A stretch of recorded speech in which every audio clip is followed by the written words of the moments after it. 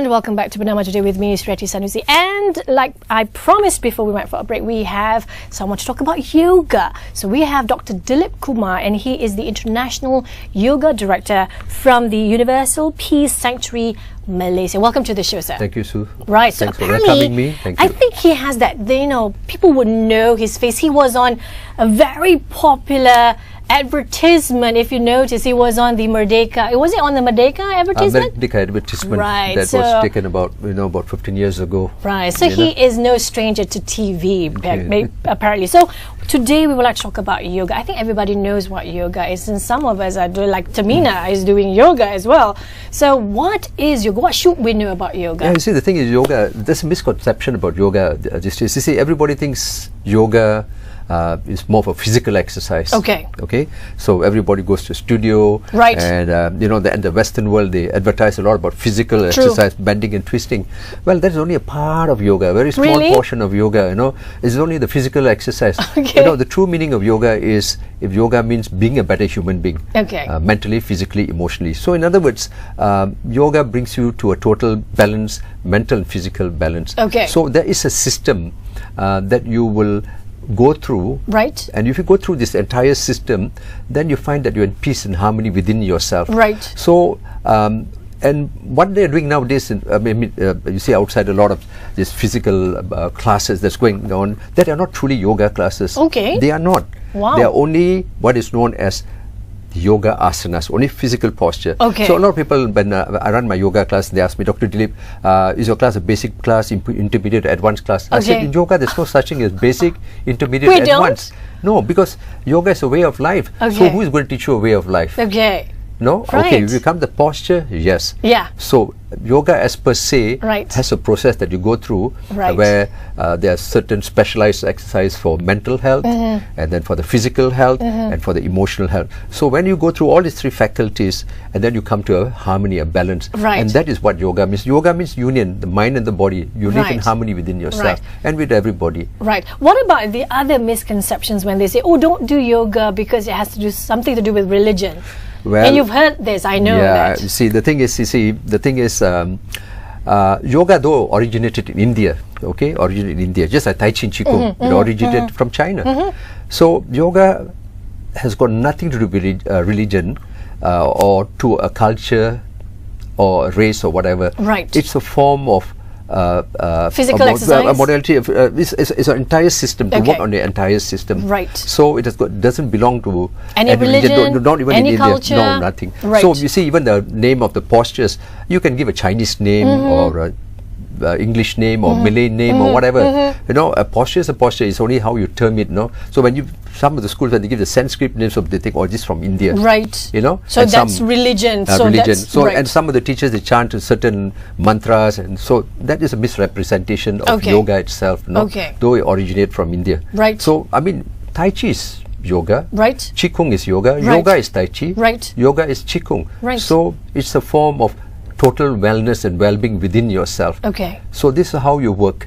Just like you see the Western world now, they talk about fitness. You go to the gym to work out, and you bend and twist and you carry weights, so you have a beautiful body. But I always said that, you have a beautiful body. But what about your engine? What about your internal system? How about your mental strength? So the Western world talks about fitness. Right. They don't talk about total health. So more on physical, but not on your spiritual. Not the right. Spiritual. So what is yoga exactly, if it's not only about the poses? Yeah, yoga means being a better human being, mentally, physically, emotionally. Right. So how should, let me take me as an example. I've never done yoga before. Yep. So how should I go into yoga? What kind of mindset should I have when I go into yoga? See, the thing is, keep an open mind that you're going there to learn about the entire system, to understand about yourself. Okay. To understand your body. Right. See, I tell a lot of people, you have a body, and did you ask yourself,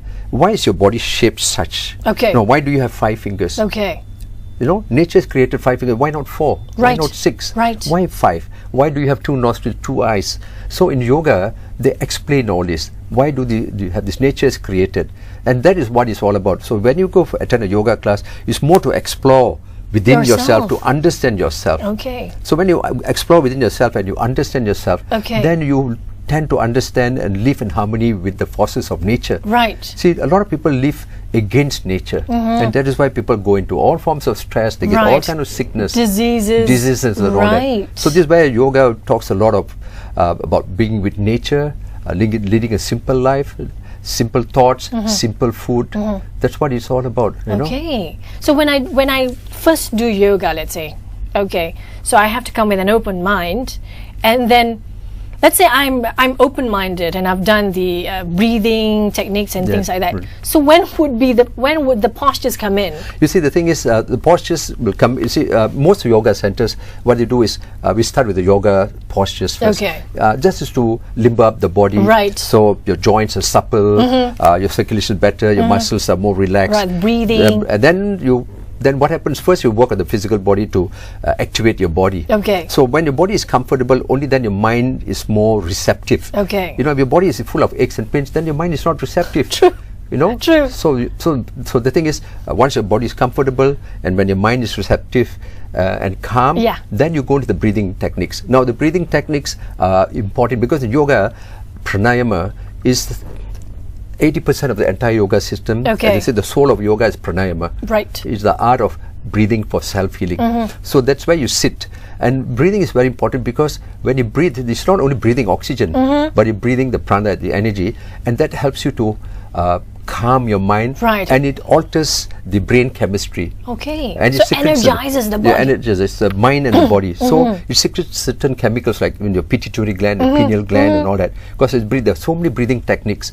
Now in India, breathing, the entire breathing system you want to learn is 5 years. What? Yeah. To learn about that? Breathing is 5 years. It takes 5 years. For a yoga teacher, if you want to teach yoga guru, proper guru, to be a guru in India, for yoga is 12 years. Wow, It's not 3 months like here. So let's talk about the International Day of Yoga, which is happening, I think the International Day of Yoga, annually, it's happening every 21st of June, if I'm not mistaken. So what is International Day of Yoga? How it came about was the Prime Minister of India, Mahendra Modi, she brought about yoga to the United Nations General Assembly, December 11th, 2014. And he introduced yoga, and he also promoted and made them understand the philosophy and principle of yoga. And so the United Nations General Assembly accepted that, and they said, okay, we will recognize 21st of June as the International Yoga Day. But why particularly on that day? Particularly 21st June. See, 21st June, if you study science, 21st June, the longest day for the year falls on the 21st June on the Northern Hemisphere. And the shortest day on the 21st January is in the Southern Hemisphere. So when the sciences of this, so what happens, it has certain therapeutic effect in the human beings. So if you concentrate on proper yoga, that means you do your asanas, you do your cleansing and all your meditation, breathing, you will attain certain therapeutic benefits on that day. Because we are governed by certain magnetic effects and electrical magnetic fields. So if you do all this, you find that there is a certain effect. So that is why 21st of June was chosen, because we work with nature, certain forces of nature. So the Northern Hemisphere has got the longest day, the 21st of, you can check it out. And the shortest day, the Southern Hemisphere. So talking about International Day of Yoga, we Malaysians are having it, or your organization is having it as well? You see, the thing is, there are a lot of yoga societies and schools, so-called. They have their own International Yoga Day, because this has been promoted. And I just want to tell you, International Yoga Day is the only modality where yoga is recognized by an international body. No other health and wellness modality has been recognized internationally by UN. So this is on the screen right now is the International Day of Yoga for 2017. So the theme that you have for this year is for peace and harmony, and this is happening on 17th of June 2017 on Saturday, which is this Saturday at Jalan TPP 17, Taman Perindustrian Puchong, which is the at 1M IM for you.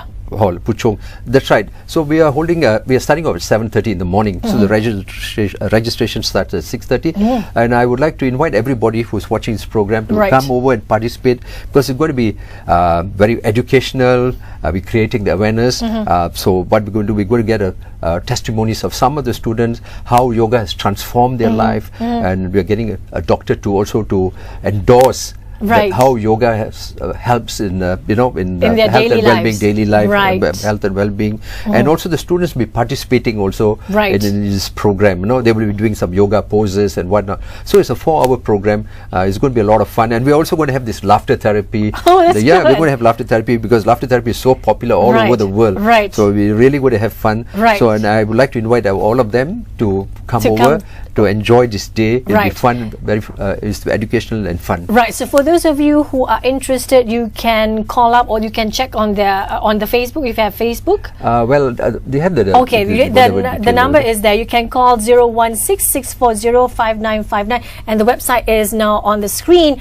And they advise you to wear your sportswear and bring along your own yoga mat if you could. If you can. Thank you so much, Dr. Dhilip, to be with us and talking about yoga. And we have to go for another commercial break. And when we come back, we have more things to talk about. So stay tuned to Bernama Today.